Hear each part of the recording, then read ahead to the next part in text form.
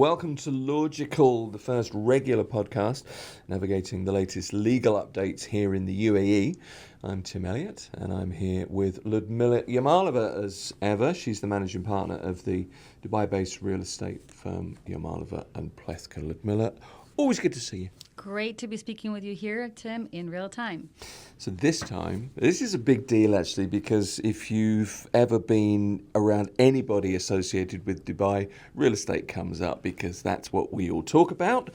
I think it's a topic of huge interest. Specifically today, we're going to be considering common legal, mistakes that buyers and probably sellers as well make during real estate transactions. So let's start there. What are some of the more common legal mistakes that buyers make during real estate transactions? Where do I start? And the list is long, but perhaps before I go through the list, just to add on to what you said, I mean, the UAE has a very exciting, very dynamic, rapidly developing, moving. Indeed, diverse, all those fun words, real estate market. Yeah. And Dubai in particular, and as long as I've been here, the real estate has been hot commodity, with a few cycles, with these few dips, but ultimately always tends to recover, and always presents an opportunity to invest and to make money, or at least to claim it as your home and make it your home base. So the reasons are many, and they just never seem to sort of go away. There's new real estate, new projects, new investors, new appetite. That being said, even as long as I've been here, fast forward 16 years, in terms of what we consider normal, standard, sort of expected, it's still not quite there. We're still very much in developing stages. So, for example, if you were to compare the real estate market in the U.S., right? I mean, it's just... for the most part, nobody actually drafts real estate agreements, right? There is sort of standard template agreements that are all managed through brokers, and the brokers do everything from A to Z, and they're able to do that because there's this whole sort of ecosystem of properly drafted agreements, trustees, escrow, laws, different compliance regulations that sort of apply to this whole ecosystem. The ecosystem has developed such that it kind of covers all the bases for investors or for buyers in the U.S. as an example, right? So in the UAE, we're still tend to, from a legal standpoint, in terms of this sort of ecosystem, we don't have this kind of a cohesive, all-inclusive, and well-vetted ecosystem. So it's a little bit of a sort of an ad hoc basis, depending on where you invest, which emirate, what kind of project, whether you have mortgage, or whether it's one investor, two investors. But more importantly, so equal to that, it's the type of investors that come to the UAE. And perhaps that's one of, I'm not sure if this is equally just as big of a problem or an issue, or this is the issue, but it's just the investors that come into the UAE, they just seem so excited about just parting with their money and issuing checks and trusting on the representations that are being given by brokers, people holding POAs or powers of attorney from sellers and from their neighbors and friends and everyone else.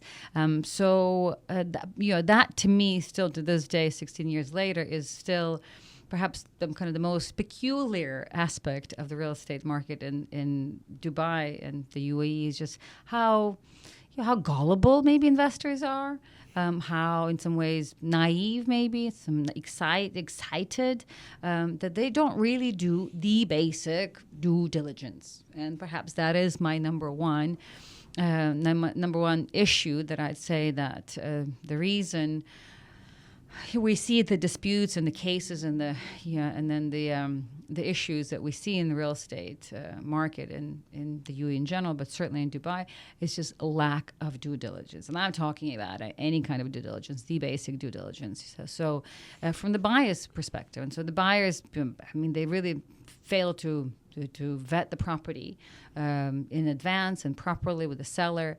This includes everything, from figuring out whether the property has any kind of liens or loans or encumbrances or disputes, and to verifying basically the developer's reputation, and just the status of the project. I mean, it just the whole gamut, right? It's they often rely on representations, either what they see online, maybe social media is partly to account for this, but people are just all too excited and all too eager to believe what they hear, and perhaps they're just all too excited to hear what they want to hear. And therefore they just, they go in with, in many ways, almost their eyes closed, and start issuing checks just as deposits without any documentation in place or without any kind of relevant documentation in place. And commit to further investments without proper understanding. We're starting from, what is this that you're investing? Is this, is this a developer that you've heard about? Is it a developer that has a reputation? Is the project that you have seen, or the unit or the property that you have actually been able to go and visit? Because remember, there's obviously still a very, very dynamic and a very popular off-plan market, which kind of has its own set of issues. Because if you actually can go and look at the unit or the property and kind of feel it, it gives you at least a sense of, okay, well, it's there, it exists. I know that I can sort of see what it looks like, and I know that it's ready, so I could move in or could rent it out. And that's a different level of due diligence and different kind of perspective from a property that you see on a picture and you get very excited about. See, I always think that's really important. I think it's kind of important to imagine yourself in a place, but to do that, you have to be in a place. Exactly. Well, I agree with you. And but that's what I'm saying. It's almost like this character, the personality of investors in who come to the UAE. They're so excited. They so want. It's kind of like kids coming into a candy store. They so want. They look at the picture and they see this beautiful building that's surrounded by greenery and lakes and different waterways, and they imagine that will be their property. But if they were actually to go to the site, they would see that in most of these cases that particular building is already surrounded. The building that will once be is already surrounded by many other buildings. So there isn't that view, the open space and greenery that you see on the picture. But this is what they want to believe, and so they do. So as a result, they rely on these brochures, they rely on these marketing presentations, they rely on the representations that are being made by real estate agents and real estate developers. And they don't really feel the need to go and actually, to wait and see what it is that they will buy. Part of it all, obviously, is that they think they can get a better deal if they buy off plan than if they wait until the property is finished. And perhaps that's a big part of it. Part of it is also circumstances. They want to invest money today and not when the building is finished. So there are different reasons as to why they would go into the off-plan investment to begin with. But I will tell you, you can kind of take that analogy and apply it to, or that example to an analogous situation where the property is ready. Still, people will go, can see it, fine, and they stop at that. They don't actually do further inspection to really understand what kind of issues latent defects are called. Okay, so what kind of issues may creep below the surface, so to speak, or behind the walls, or up in the ceiling. And that's also part of due diligence, and we see this all too often. So I had a case recently. A client came in and they said that this was a rental dispute. So they rented the property. They went, they saw it, they loved it. It's just a sort of young family with young kids, and they moved in, and the property smells like sewer. They've tried to do everything possible. It just still continues to smell like sewer. It's just foul smell. They cannot even be in the property. So an example for you is just someone, saw it from the distance. Okay, good enough. I'll take it. And they don't ask further questions, which they could. especially when you invest, when you're buying, not just renting, you should hire an inspector, sort of a dedicated expert that specializes in construction, so they can actually go and look, what is in those walls, what's behind the walls, what's under the floor and in the ceilings, and so on and so forth, and then get full report.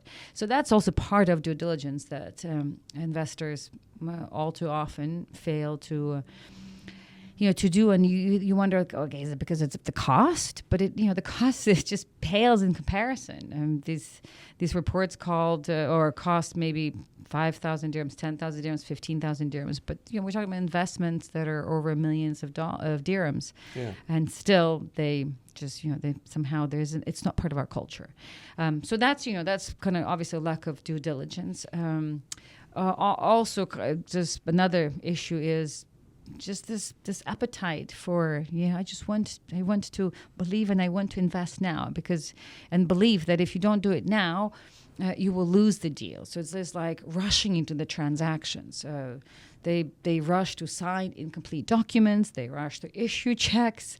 They rush to sign with eyes closed, without fully understanding. They rush to make commitments. And that's, there's just this rush. And the other day we had a client came in, and I was so excited because he's planning to buy. And I was so excited. I was like, okay, finally somebody's coming to us before they buy. And well, not so. In fact, he's already issued a deposit check, and he's already signed a booking confirmation form. So it's not quite, but we're like, but why did you rush into it? There's this sense of, if I don't do it now, they won't be there tomorrow. Part of it, and that's perhaps the other issue, is the pressure from the agents, the sellers, the developers.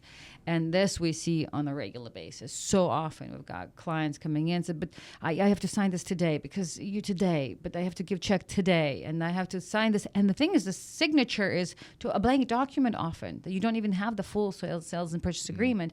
There's like some sort of a booking form. But when you sign the booking form, there's almost always an expectation of a deposit, and the deposit comes in the form of a check. And once you've signed the check, well, that's basically it. Then at that point, it's just damage control. No, I mean the thing is, there's no shortage of real estate agents here.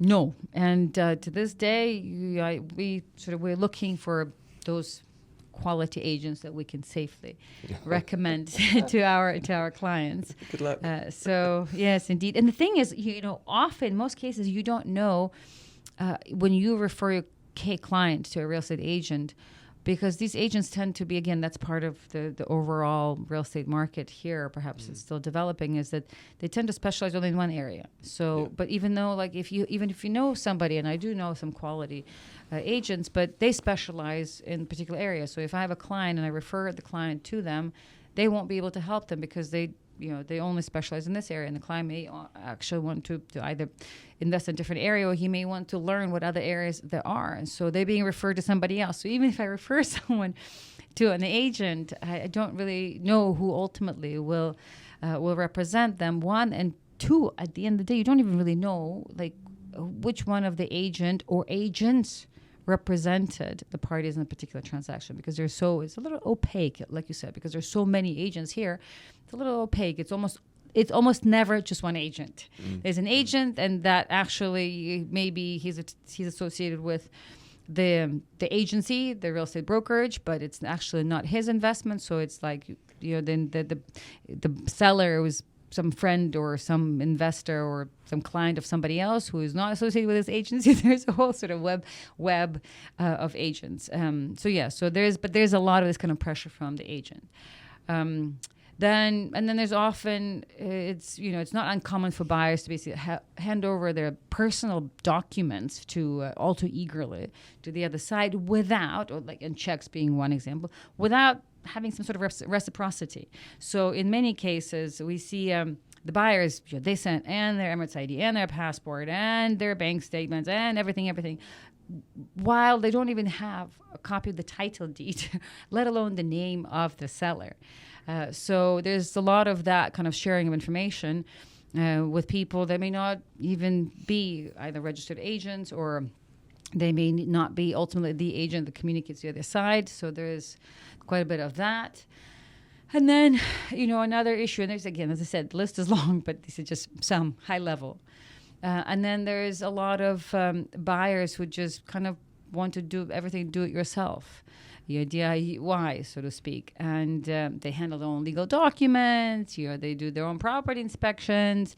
And so in many cases, they think they know better than professionals. So, this it does lead very often to serious oversights. And, we are a law firm, we're lawyers, but the number of times that we have investors, buyers, sellers come to us and say, it's so easy. It's such an easy transaction. Just review this quick agreement. Just tell me, can I sign it or can I not? Like, is it okay to sign? But it's just if it was that simple. But so at the end, they decide that it's easy enough for them, so they do it themselves. Right. And part of it as well is that the culture here is such that people think of lawyers when there's a problem. Yes. Right? They think of experts when there's a problem. And they think of inspection when there's a problem, and not to prevent the problem. So it's kind of a whole set of factors. Then another example is the over-reliance on agents' representations. With all due respect to many different professionals, including real estate agents, but we see often buyers that come to us and say, but this is what I'm buying, or like, okay, but that's not what your agreement says. They're like, well, yeah, but the agent told me. Okay, well, that's encouraging, and that's it. But it's not in the agreement. And ultimately, when there's a dispute, how are you going to justify that you think the agreement was breached if the representation that you're referring to is not in the very agreement that you're signing, that will ultimately be the only kind of binding basis on which you will be able to litigate. But there's a lot of that. It's just they think that this is kind of a I guess matter that requires consultation with professionals. And this is I struggle to think of many buyers, let's say in the West, in the U.S., that will do anything without experts. They said, either because there's already this ecosystem of all these agreements that have already been vetted. They're basically legally registered and on different sort of databases. All the details of the property are populated. Everything's transparent. And even then, they often go to lawyers. Most of the time, there's this common practice. You always have a number of professionals involved in a real estate transaction. Here, it's they think of us only when the times are tough and something else has already happened, and it's like damage control. So yeah, I feel like you're a little bit left out, Ludmila. I feel for you. I do. Yeah. Well, yes, thank you, but it's okay. We see our share, and we have plenty of cases when people come to us for damage control. And to be honest with you, I prefer to be involved at the forefront of a transaction and kind of help guide away from these problems. But it's still 16 years later. A lot of what we do is when it's kind of mistakes have already been made. And then and the last basically matter, or the last example is like the financial lack of financial understanding in terms of what it means to own a property. Right.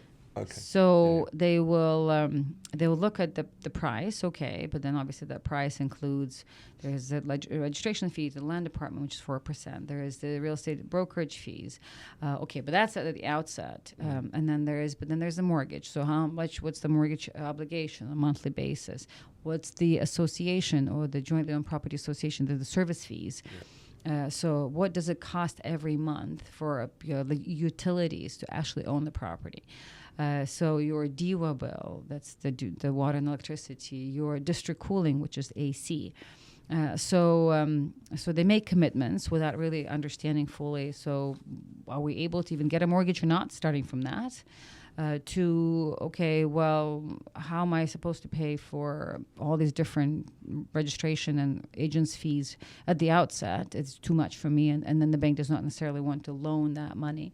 to, okay, oh my gosh, I just bought a property with a mortgage, but I had a job and now I don't have a job. So how am I going to continue to pay this mortgage? So it's like literally just spans the whole gamut. But there's a lot of that. It's just surprising how few people actually have what I kind of visualize it as like almost like a spreadsheet. Okay, so owning a property on a monthly basis means this. On a yearly basis, this means, okay, so, and my ability to fund the property and live here depends on my income. Okay, so what if my income ends all of a sudden because I lose a job? So, okay, so how many months can I sustain myself before I get another job? And so a lot of the time, I've never seen that actually anybody who's gone through that sort of level of analysis. No, I'm relating to this actually because I'm shortly to become a buyer. I've literally instructed a solicitor. This is in Scotland, trying to buy a flat. Instructed the solicitor to put in a note of interest, they call it, which is basically an offer today. But yesterday, the solicitor sent me a list of fees and what any government fees there are, whatever else. So I know, and it is fully transparent. And the solicitor there will develop a relationship with the real estate agent, and they'll negotiate for you, and so I know what's happening. But that's not the culture here yet. Is your point, isn't it? It doesn't really work that way here, or if it does, very rarely. Exactly. No, it's not the culture, and it's not yet the practice. Yes. So what you just said exactly is, in Europe and the US, there are these real estate databases which are not only comprehensive, but they're very accurate and they're completely transparent. Yes. So every property you buy, you can trace its history online. It's accessible to all. So, by the way, in the UAE, by law, all of the sort of real estate data and all the kind of the registry, also supposedly publicly available by law. Yes. But in practice, it's still sort of a developing area of, I guess, law and business. So, and until such time, that's basically these kind of weak spots, if you will, are being exploited by various characters and types. But here for the time being, it's not just transparent, but it's just not that even streamlined. And so and so often the same property could have multiple agents all sort of calling each other and representing, and it's the buyer may get this somewhat of wrong impression of how much their property is in demand because they're being approached by 10 different agents, actually all representing the same seller or the same buyer. Right. Yeah, muddied waters, let's put it that way. So that's the situation with buyers. What about sellers? Because sellers make mistakes as well. They're human too. Oh, absolutely. And perhaps it always takes two to tango. And in many ways, a lot of sellers make very similar mistakes. Often what we see from our perspective is that sellers often rely too much on real estate agents and they fail to engage directly with buyers, which can and does often lead to all sorts of misunderstandings and delays. And so this is because the practice has developed such that, part of it because maybe the sellers are not physically in the UAE, so they need to have someone else to represent them. Part of it maybe because they have too many properties and they don't want to be involved in this themselves and they prefer to have somebody represent them. Part of it because they don't know what to do, so they prefer to be represented. Some of them, by the way, think that they're required to have a real estate agent representing them, and that's false. Sure. But how many times we've heard that, we were told that you cannot sell a property directly. You must have a real estate agent. Absolutely not. That's never been the case, and it's not the case. So therefore, there's also this culture that has developed with regards to sellers is that they too very heavily rely on agents and sometimes maybe overly rely on agents, right. In the sense of what they learn from them about, I guess, how dynamic the market is, how hot the market is, is there actually that much demand for your property as you're being told? And who that particular potential buyer might be. And then they first of all they kind of rely on them, but because of that reliance and perhaps this, I guess it's cultural again. It's almost like a taboo to ask any more questions than you should ask. So believe it or not, but here the practice has developed such that in most cases, agents will not, most cases, if not all cases, will not share the details of the buyer with the seller until basically they're there in the trustee center transferring the property, and that's because again, this is a culturally developed. So the agents will not give you the name of the buyer because they're afraid that somehow the seller might go around them and go directly to the buyer. So there's this kind of opaque system that developed a relationship where it's just you've got this broker in between, and the buyer does not. Well, the buyer knows who the seller is to an extent, but the seller does not necessarily know who the buyer is, and so they are kind of forced to rely on the person in between.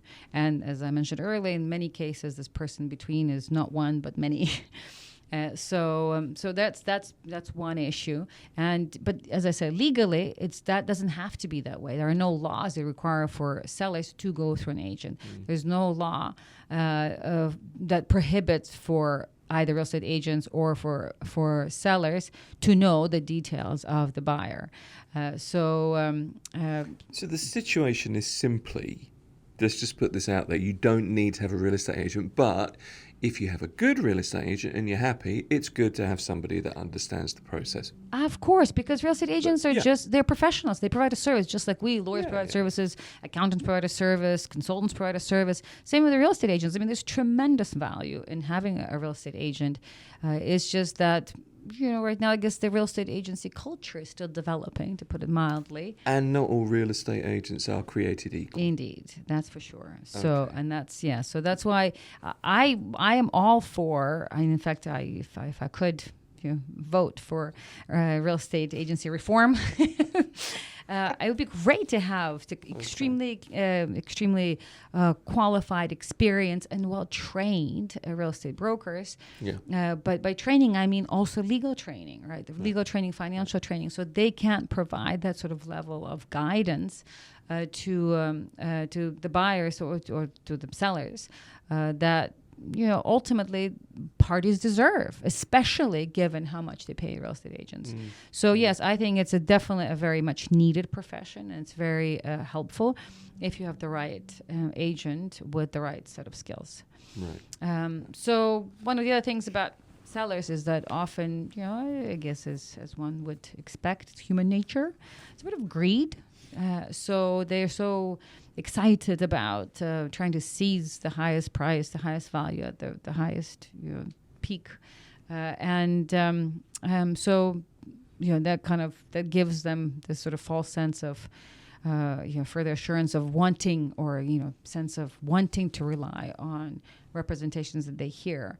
What we've seen, especially in the hot markets, they'll make a commitment to one buyer, and then because they keep getting bombarded with calls from other agents, hey, there's another buyer, so they sometimes all too eagerly switch to another buyer, not understanding fully their legal obligations. So that one or two, they'll sign documents that obviously have deadlines, right? And then deadlines and obligations for them as well. So when you, as a seller, when you sell your property, you need to go the no objection certificates, so NOCs as we call them here, approvals from various parties involved, from the management company to utility providers, to the master developer, to the developer, and so on and so forth. And so each one of those steps is a step that requires a document or some kind of sign-off from a third party. So when you make commitments to sell the property or to transfer the property, you need to also be aware of the various steps that you as a seller are required to follow, and understand what are the nuances and what are the eventualities that can happen with these steps, so that you can account adequately for the various timeframes that may come up in the process, and do come up in the process. So they what we find is that they're just like the buyers. The seller is also all too eager to just sign the document without really understanding what they're signing without really taking the time to read. Often it's, again, because of the over-reliance on representations. They're being told this is a standard, this is a template, everybody else signs the same agreements, don't worry about it, I've done 1,000 of these. So it's so they don't dare to question. And it's quite ironic because so often we, in our position, I think you and I have discussed in this podcast a few times before, we so often hear this from agents in particular. Why are you asking these questions? I've done so many of these deals. This is standard. We as lawyers, we know what's standard, what's not standard in terms of agreements and legal documents. And you're the only one who's asking these questions. You're the only one who is making a problem with this. Like nobody else has ever asked this question. And that's the tactic that they use, I'm sure, with the parties themselves to kind of give them the sense of, I know what I'm doing, and you can trust me. So that's those are the stories with the buyers, and as I said, it takes two to tango, and until we have more robust legal framework in place, I guess we'll continue to dance this way. Okay, so you would fully support a slightly more transparent system, let's put it that way. Let's move to foreign ownership in Dubai. Let's start with any restrictions that we should highlight at the start. Yeah, and so this obviously, the whole foreign ownership is very relevant to what we're discussing here today, because we're talking about real estate in the UAE, and it's a foreign country for many. We obviously know those nationals have unlimited ability to buy properties in the UAE, but those of us who are with other passports and other nationalities, that's a natural starting point. So as a non-UAE national, are there any limitations in buying properties, and what are those limitations, and what are they, and what does it mean for a foreigner to buy properties here? And that, by the way, is exactly why the property market is as hot as it is. It's because I'm sure you know, and so there's a lot of countries in the world where there are limitations on foreigners buying real property. Mm-hmm. So the UAE, on the other hand, is a lot more welcoming, and that kind of what stimulates this real estate kind of, it seems like, infinite real estate growth. But it wasn't always like that. In the beginning, the overarching rule was that only Emiratis could own property.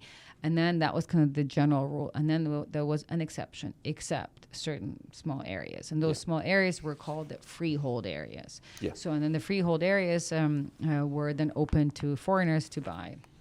But remember, the general rule was foreigners cannot own except. So the exceptions were issued by way of a decree or a circular that would designate a specific geographic area as freehold.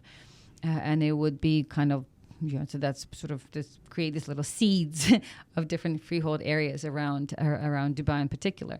And by the way, Dubai perhaps was one of the first Emirates that opened its real estate market to foreigners. And to this day, if my current memory serves me right, not all Emirates are open to foreign ownership. So, and this also perhaps is a good time to highlight that the UAE, it's a country of 7 Emirates, and as far as real estate laws are concerned, every emirate has its own laws. So that's why whatever applies in Dubai does not apply in Ajman or Fujairah. And so those are some interesting examples. Fujairah, for example, there's a lot more restrictions on foreign ownership of real estate, and those rules are changing. Sharjah is also another example, and they're starting to, and they've been kind of in the last several years. So other Emirates have started to designate more and more of their land for also foreign ownership, but Dubai has definitely led the way, and it's by virtue of creating these separate geographic locations by circulars and decrees, designating this piece of land here is foreign ownership. But when Dubai introduced this, it did introduce the right to own as freehold. And this is important, not a leasehold, but freehold, which means unlimited right to own property.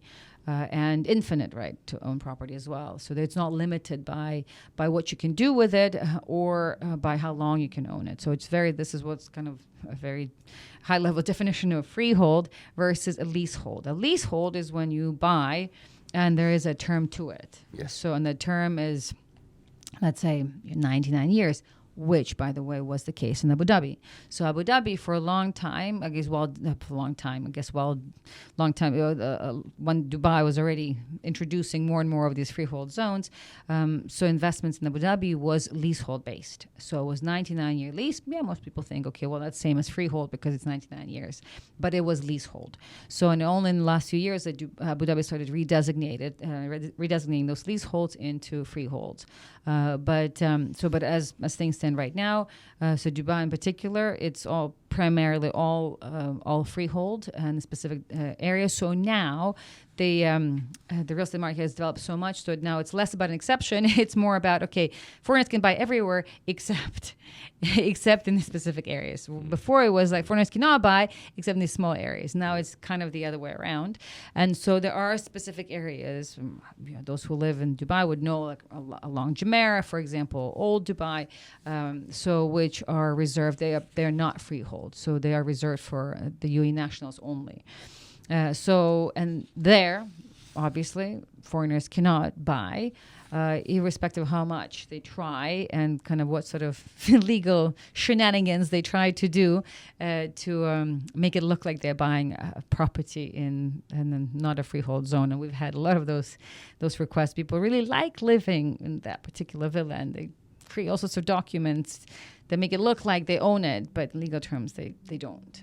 So that's one of the big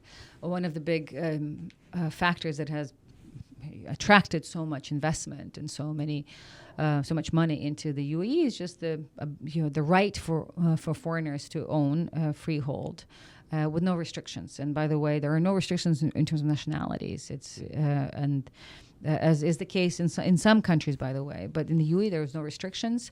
And because it's a freehold right as well, there are no limitations in terms of what they can do with it. Can they rent it? Can they live there? Can they pass it on to somebody else? More or less there are no restrictions. And then I guess one of the biggest sort of benefits or bonuses that has recently been introduced, and that's the golden visa, right? But even before the golden visa, it's basically the ability to have residency in the UAE that's backed by your investment in real estate. And once again, Dubai led this initiative kind of early on when I even came here in 2008. Back then they were offering residency on the basis of their real estate investment. Then there was some changes in the law. Anyway, fast forward 10 years, and by now the laws relating to residence in the back of real estate investment has more or less been established, and in many ways it's not quite uniform because again real estate laws are Emirate specific, but it's very they kind of seem to seep into the other Emirates as well. If you own property, in other words, then you get a visa, a residence visa, and that's a full residence visa that gives you all the benefits of any other resident visa. And even in the past, it was a 3-year visa or 2-year visa. So now, since the golden visa was introduced a few years ago, now if your property is worth more than 2 million dirhams, which is about $700,000, for example, then even less, then you get a 10-year visa. So and that's not just you, but your whole family. And this is also the type of visa that you can sponsor your domestic employees, your nannies, drivers, chauffeurs, and such. And the only requirement is that property then gets blocked, right? So you're not able to sell it as long as you have the visa. There's no requirement that you have to live in it. For example, you can rent it out. Another attraction is that now that you've made these kinds of, if you received that kind of a property, that kind of a visa based on the property investment, then you're no longer required to come back into the UAE every 6 months, which was the case before with all the other residence visas. So it's a huge incentive for a lot of foreign investors to, hey, I can park my money. I can invest in the UAE. The market is buoyant. It's healthy. It's the legal framework is safe, and I get all these benefits by virtue of having residence visa for 10 years. My whole family as well. We can come and go into the UAE, and UAE obviously is very popular with many people kind of throughout the year. Now an added benefit is that you don't have to now come back every 6 months and check in. Because your visa is issued on the basis of property investment. Yeah. There are kind of two caveats to what I've just described, as is just that we have perhaps kind of high level 3 legislative kind of frameworks with regards to real estate. And that's because we've got the UAE, and then within the UAE, the individual emirates. And then we have specific legal zones which have their own laws. And that's one is the DIFC, which is Dubai International Financial Center in Dubai, and the ADGM, which is Abu Dhabi Global Markets in Abu Dhabi. And so these are just, they're not only free zones, but they're also independent legal zones. So they have their own courts and they have their own laws. So those two jurisdictions, I call them countries, but they're almost like countries. Those two jurisdictions have their own real estate laws. So in other words, in Dubai, you have laws within laws, right? So you have the Dubai real estate laws and you have the DFC laws within that, and they're separate from Dubai laws. And same in ADGM or Abu Dhabi. So ADGM is very different real estate laws from the rest of Abu Dhabi. So different rules apply, different limitations apply. Ultimately, it's just you would be relying on different laws and different also courts if there was ever a dispute.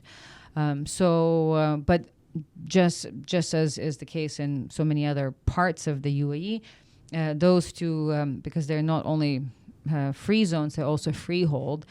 So properties there are openly available for investors to buy and for foreigners to buy, and also they too qualify, or investments in those real estate zones also qualify for real estate visa or golden visa.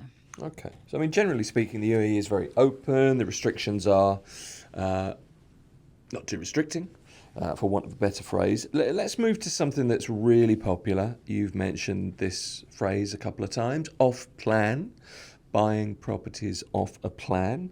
It's being built, or it's about to be built. What should buyers think about if that's the way they want to go? So kind of taking on or developing further from what we've discussed, and you and I remember how things used to be 16 years ago. We're talking about how the law and the practice is still developing. Yes, they're still developing, but they really developed a lot since when I came here in 2008. Yes. So this transparency or lack of transparency we're talking about, it's relative, right? Back in the old days, there was not really one centralized portal of sort of information that you could obtain about real estate. Now it's more or less centralized. Let's say if you were to take Dubai, we've got the Dubai Land Department, and under it is RERA, which is the Real Estate Regulatory Agency, and so they're the ones that regulate and in a way sort of enforce real estate and legislate in the real estate market in Dubai. And that's one of the services, and this has not always been the case, but they now make all the information about developers and projects, real estate projects themselves, available to the market, in particular for off-plan projects. So in the past, you'd have to rely completely on developers to tell you how far the project is developing, and sort of what, and the developers were also going to set their own payment plan, and their own kind of construction milestones. Well, now RERA has a specific service that RERA DLD, the specific service where you can track all of off-plan developments. And then through this service, then you can check one is who the developer is and whether the developer actually exists and if it's registered. If they're not part of the system, then obviously you don't want to invest with them. Mm-hmm. And similarly, so it's not just the developer, but also the particular project and the developer. So that information is now accessible, and that information is now transparent. Which is a huge improvement and development from where things were. And then furthermore, there's a pretty accurate representation of the status of the construction of these projects. So there's graphs, there's pictures that obviously are being sort of monitored by representatives of the government take visuals of the development or a particular project, how far it's moving, and then they document not just by pictures but also sort of in summary, this project is 10% complete, or it's 30% complete. And furthermore, it also, that same portal has information also about the escrow account for the specific project. In other words, whenever you make payments for off-plan projects, then you should actually be making them into that escrow account and not directly to the developers or real estate agents, for example. So that's. Those are some of the important things kind of to start with, and that in itself obviously could warrant its own podcast. But yeah, so one is you need to vet who the developer is in the project. It's made much easier to do now because the government now has that service and allows and offers that level of transparency. Two is that they need to confirm that there's an escrow account, and that as well is available through the land department, and make sure that whatever payments they're making are being made into an escrow account. Yep. And so that goes back to the earlier point I made, is like, just don't be too eager to issue a check, a deposit check, whatever it is, to real estate agent, to the developer, or some representative of somewhere. Because if it's a off-plan project, all the money needs to be going into the escrow account. And that includes the deposit, by the way. The deposit should also not be going directly to just developer's general account. It should also be going to escrow. Okay. And then obviously I read and understand the payment plan and the construction milestones, because we're talking about off-plan properties, and off-plan by very definition means they're not yet. We're kind of buying off the plan. They're not yet built. So therefore, if you're buying with a certain kind of timeline in mind, sort of expectations of when you want to be able to use the property, you need to understand what it means. What construction milestones are and what it means for the property to actually be handed over and how long it would take. And that your expectations are reasonable, because also, so one is obviously receiving the property, but two is that your payment obligation, because your payment obligation in most cases are tied or linked to construction milestones. So you need to understand what those milestones are, what your payment obligations are, because they are connected, or they should be connected. And by the way, also the land department and the REA provide that information to investors. So that's very important, so that they also understand that, this is still happening to this day by law. Investors should only be making payments in line with the construction milestones. Yet a lot of developers still trying to get investors to pay on their own schedule, which is a lot harder to sort of make sense of, because you could be expected to pay 50%, but if the property is only 5% complete, a lot of investors feel very uneasy about making the next payment. If they don't make the next payment, then they are being accused of breaching the contract, and then there's penalty and so forth. It becomes a very complicated sort of legal debacle. So that's why they need to, all those who are trying to buy off plan should understand what the construction milestones are and make sure that their agreements reflect their payment obligations in line with those construction milestones. And then perhaps the next one, and this is so basic but so important, is just you keep meticulous records. It's just save your receipts, save the invoices and all the follow-ups. And this may seem tedious, but it's essential for any potential dispute later on. And it's surprising how few people actually keep documents and even ask for just basic copies of receipts and such. And part of it obviously is the culture that developed here. It's just, I guess, providers, retailers, they'll just all too eager to take your money, but they don't necessarily just as eager to give you the right receipts. And that's why it's important to keep, if you're investing particularly on the basis of some representations from a real estate agent or real estate broker, make sure that you have this representation as part of your file. So in the event there's ever a dispute or question in the future, you'll be able to refer back to something. But in most cases, we don't see a lot of investors being interested in being meticulous in their record keeping, but that would be one of my sort of additional pieces of advice, is just be very meticulous. You don't be afraid to ask for a document. Don't be afraid to follow up. Don't just hand a signed copy of the document and walk away and expect that you will get a signed copy back. You need to kind of be proactive, and you need to be your own advocate. That's a really good point to make, I think. But the thing is, life happens, delays, happen, people go on holiday, whatever it might be. Let's balance things a little bit. What protections exist for developers, and what recourse do buyers have if things do, go wrong? So the good news is that things have really progressed from where they were during my time here. And now the laws are a lot stricter, they're a lot more detailed, a lot more robust. The courts have seen hundreds, if not thousands, of these kinds of cases. And so the legal precedents have been well settled and established and argued and re-argued.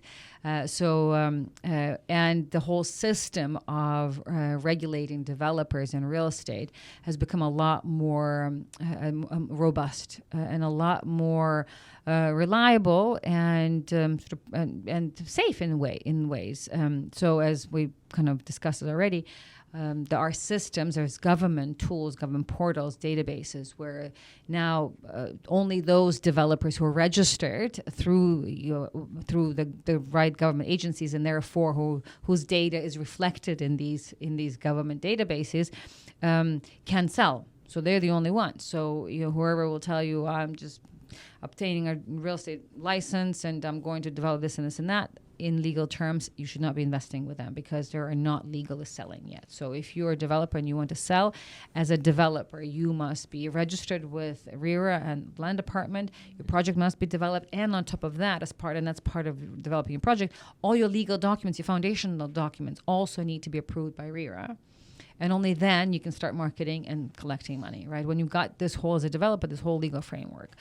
So therefore, for investors, they should just not be investing in any land properties unless there is that kind of ecosystem that exists. Right. And therefore, for the developers who actually are by the book, and therefore the investors as well, who invest with these kinds of developers, at least that's already all been kind of vetted, if you will, right? The developer exists, the project exists, the status of the project I can monitor. I see I'm making my payments into the escrow account. So this system has obviously created this sense of accountability as well from the developer. So there's a lot less of disputes than there were before. And you and I have talked about in this podcast, years ago, about how things used to be, where developers did not have to be registered. Anybody, you and I, could be developers and could start collecting money right away, right? So that's no longer the case. So therefore, the current real estate framework in the UAE and certainly in Dubai is a lot safer for investors. It's very, at this point, the only really nuance, if you will, or the only variable is the timing. How soon, or I guess maybe that's one, is how soon the project will be completed. Will it be completed within the timeline that it's sort of you expect based on the representations you've seen? So that's one, and two, perhaps kind of level of specifics or specs and the quality of the project once actually completed. You may feeling a little disappointed because it's not up to the standard that you want it to be. But these kind of nuances you can work through. But that's as long as you invest with those developers and those projects that have been properly registered with the government. Right. And so, but because of that, also your developers now have investors who have fewer. If they deal within this kind of legal framework, then the developers also have investors who have fewer reasons not to continue on with investments. And so there are fewer reasons to breach, legitimate reasons to breach, right? And so by virtue of having this ecosystem, now there's a lot fewer breaches of contract. There's a lot fewer disputes because, and that's also because the developers feel protected because they've done everything by the book. And so if the investor changed their mind, well, there are also repercussions to that. And the laws exist for developers to protect developers' interests in such cases. So when the developers have kind of followed all the laws and have done everything by the book, there's different laws exist to also protect them and make sure that investors are being held accountable and compensate developers for their breach. So, and then there's other kinds of things like that offer now that the trustee centers that exist that also allow now when the property changes hands, then it's all done through these trustee centers, and it's done almost immediate. So before, if you recall, when you would buy a property, it would sometimes take months before you get your title deed, your new title deed. Now, it's all done within just basically minutes. So there's that, and then there's also the land department has, or the RERA now has also a service where investors can complain against the brokers. They can complain against the real estate developers, and generally speaking, there's tools kind of on all ends that allow both parties to have some sort of sense of predictability in terms of what their rights and obligations are. Yeah. You know, on this podcast, we often talk about the pace of legal change. During lockdown, everything went online, and it has become, it's just every day now, isn't it? And that's something that you and I kind of need to keep up with, particularly you, of course. But every week, it seems, there is a new piece of legislation. Something has happened. Something has developed. It's happened again today, of course. But if you look forward, what new regulations should buyers and sellers be aware of this year in 2024? Well, some of the recent legislative changes that perhaps affect the real estate market in particular, they are so stricter compliance regulations, much stricter compliance regulations, and more of them are coming. The sort of anti-money laundering practices, and the brokers and other service providers, including lawyers as well, are being held to much greater scrutiny. So we see those legislative updates are constantly rolling. We get some notifications, but that's basically one area where we see quite a bit of legislative change, ongoing legislative change. Another one interesting that applies to, I'm sure, many people who live in the UAE is cold calling and advertising. So that area is also not being regulated, and there's a lot more tightly regulated to prevent kind of unsolicited sales tactics. So there are some decrees and circulars that make that illegal, and these are fairly recent. There's also a growing focus on digital transactions, including the potential use of blockchain for secure payments and transparency. So there have been a lot of announcements about this particular area. But in terms of legislative framework or the actual sort of tools, that's still in the works. Okay. If somebody's watching this or listening to this and they're buying or selling and the deal's not going so well, what recourse do you have if a real estate deal goes wrong? Well, the thing is, my kind of overarching attitude is, like, if you've got a willing buyer and a willing seller, then the dispute can almost always be resolved amicably and without really having to spend money and go with your guns blazing. So that's if you have a willing seller and a willing buyer. And often, in fact, those parties are willing. It's just there's some information kind of gets jammed in the transit, right. And often disputes are being sort of caused or based on misunderstandings because the parties are not communicating directly.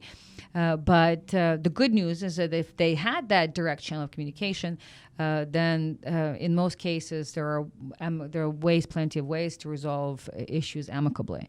Also, part of it is having the right information and being empowered with knowledge. I mean, I had a client the other day who came in, and it's over a real estate sort of rental dispute, and they were so upset, and they just wanted their money back from the owner of the property, and the owner was willing to give with like some small amount as a sort of compensation. And they were just so up in arms about it. No, and we're not paying. And so instead they went and they hired one set of lawyers, another set of lawyers. They went and spend money here and there in translations. And you can see emotional. They're so, they're so like tied up in it. But in the meantime, they've already gone and they've already found themselves another property. But yet they still want to go back and just sort of get back at the owner. And then when we sat down, kind of just took it all apart and just they realized, well, this is not a matter that really needs to be fought over like this. I mean, you already found a different property, you're already happy. So the amount that the owner asks for compensation, it's fair enough. It's less. It's probably half of what you have already spent. on just seeking legal advice and paying for translations and trustee centers and so on and so forth. So that's, and then so I basically advise them, listen, not worth it for you to continue to spend more money. I recommend. Plus, when you do take it to court, there's so many variables, there's so many nuances, and it's so many uncertainties that you will even win. And if you do win, I memean, there'll still be some kind of offsets anyway. There'll be some kind of compensation that you'll still have to pay. So therefore, you might be where you are today. So I said, absolutely. I think this is not a dispute that's worth fighting for. So and with that, they went back and they settled it amicably. That's always my hope. But in the more serious cases, right, with more substantial disagreements, obviously filing a court case, is maybe necessary. And but by now, as I mentioned earlier, the courts have litigated so many of these cases, have adjudicated so many different types of cases, and also the legislation in terms of court practices has also evolved a lot, like leapfrogged. And so now the courts have very tight mandates in terms of how fast they resolve cases, how they resolve them. So the courts are very predictable in terms of what you can expect. It's not true that, you just because if it's such a developer, the law or the judgment is going to be against me. That's not at all the case. The courts uphold the law, and they do it well. And there's a lot of precedents that exist to support that, and a lot of the same precedents you can also use. Although the UAE is civil law jurisdiction, but has kind of adopted a kind of a hybrid model, and the courts do often rely on previous precedents in making their own decisions. And the decisions are plenty. So the legal path is quite predictable. And then also there are options like mediation options, including to the land department, and there's certain kind of mediators as well. Private mediators sometimes exist, and that's an area that's still developing. But certainly, it's just another option to potentially to resolve disputes. Well, that's interesting because I just wonder how effective mediation is or can be. I mean, can you speak to any, names removed, any specific cases or examples? For the time being, mediation, I would tell you, frankly, from a legal perspective, it's still developing practice. For mediation to work, you need to have willing parties and parties understand the law well enough to know that it's better for them to resolve the issues amicably than to actually go to court. And that is still sort of, and also I think the mediation needs to have a little bit of teeth in order for it to kind of really make sense, so that the mediators can basically make orders to parties. For the time being, we're still growing and evolving in that area. So it's space to watch, and we certainly will update through our podcast when the time is right. Okay, let's stick in negative territory just for a little bit longer. But what if you're thinking, I'm going to invest in Dubai property, I've invested my money. Hold on a minute, I think I've been misled. What do you do about that? And what do you do if you feel like you've been, well, let's put it plainly, you've been cheated? There's different options depending on the underlying offense, I guess. So one is you can file complaints with RERA against brokers and against developers. Two, you can also, in the process, you can apply to sort of block properties during transactions, in particular if fraud is suspected. So there are ways to do it through the court and kind of efficiently. And obviously in extreme cases, you can file a full-fledged court case to secure like refunds. Although this is important to highlight that a compensation beyond just the amount of the refund is very rare. In other words, you don't want to go to court so that you can also get compensation for being, let's say, cheated or mistreated, which is often a sort of incentive or motivation that pushes parties to want to go to court because they feel that they've been cheated. So in addition to, it's not enough for us to just get our money back. We also want to punish them, so they should pay us for compensation. So that kind of compensation is very rare in the UAE jurisprudence. So that's why if you do go to court, and in many cases that's the only option, know that the courts are very predictable, the laws are very well established, and they are very effective, and the courts are effective. But in terms of what you can get financially, you have to measure your expectations, because some people coming back from the U.S. in particular, where we can get triple damages, punitive damages that does not exist in the UAE jurisprudence. So you will get your money back, but it's basically going to be that plus at most 5% interest. Okay. You mentioned fraud there. I want to come back to that in a second, but I'm just thinking, what happens if somebody defaults on a mortgage? So this is a much more nuanced area, and it's also evolved and developed in the right area. In the past, because all mortgages in simple terms were backed by checks, right, post-dated checks, and so if you were not able to pay your check before, then the banks would go and cash it with the police, and it's a bounce check, it's a criminal offense. People were being arrested at the airports and so on and so forth. So that's and all kind of stemmed from mortgages. I think you and I have covered this in our podcast. There was an era back in sort of 2000s when a lot of I represented a lot of pilots who had basically been arrested at the airport when they would land their planes only because they were not able to pay for their mortgage because of the financial crisis and such. And it was like that's what the banks would do back then. So to put pressure on parties to continue to pay their mortgages, just they would cash the checks that would then raise a criminal complaint. So now that practice is no more. So the checks have been decriminalized for the most part. So now. So that's at least that threat is not there, but still, if you are not able to pay your mortgage, what's important to understand is that the UAE for the time being still does not have what's called voluntary foreclosure. So you cannot just go and tell the bank, I changed my mind, I'm not able to pay this, or I lost my job, so please take the property, which is how it works in many other countries. Here, basically, the banks need to go through the court and then through auctioning off the property in order to basically to close that deal. But also the good thing about that is that because of that, the banks also now are a lot more willing to work with buyers and real estate agents to help find another investor for that particular property. So it becomes much more of a collaborative effort. But just anything to do with mortgages in general, we can perhaps dedicate a separate podcast to it, is quite complicated. Back to frauds. How do you protect yourself as a buyer against whatever fraudulent activity you might be suspicious of? Well, so the risk of fraud is lower when dealing with obviously registered developers and regulated transactions, especially those that are managed through escrow accounts. However, fraud is more likely an alternative payment arrangement. Like that's when you can be subject to fraud, is when you are using alternative payment arrangements such as crypto wallets, and that's where we've seen fraud happen. It's as I've just kind of outlined, because of the way that the legal framework has developed now, there's a lot less opportunity for fraud.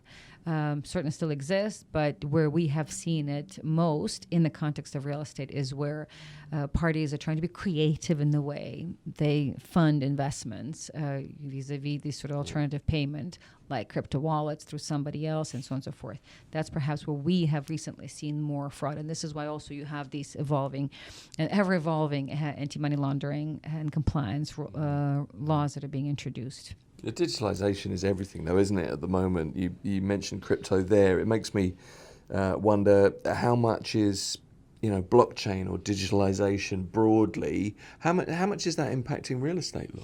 Oh, it's transformative. It's absolutely transforming real estate transactions by obviously increasing transparency, reducing transaction times, and minimizing fraud altogether. Sure. And while obviously the use of crypto is developing, but the government has shown interest in actually embracing crypto as one of the methods, but regulated, right, for real estate investments. Yeah. But technology is everything. I mean, what we've just gone through, and the reason the UAE real estate market is now so safe is because of technology, because now all that information is easily accessible. You can check whether you can verify title deeds through the apps.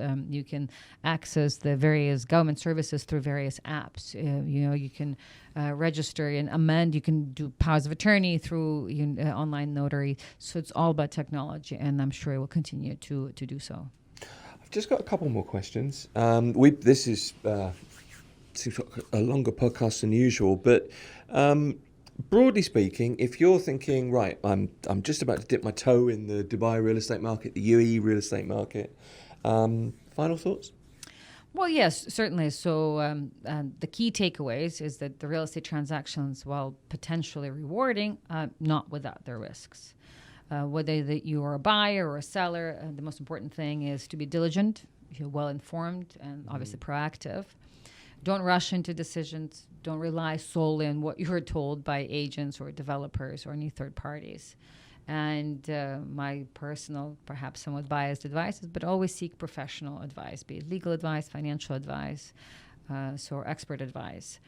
The laws in Dubai are designed to protect all parties involved, but they only work if you know how to leverage them and what they are. So guidance, proper advice, and then make your move.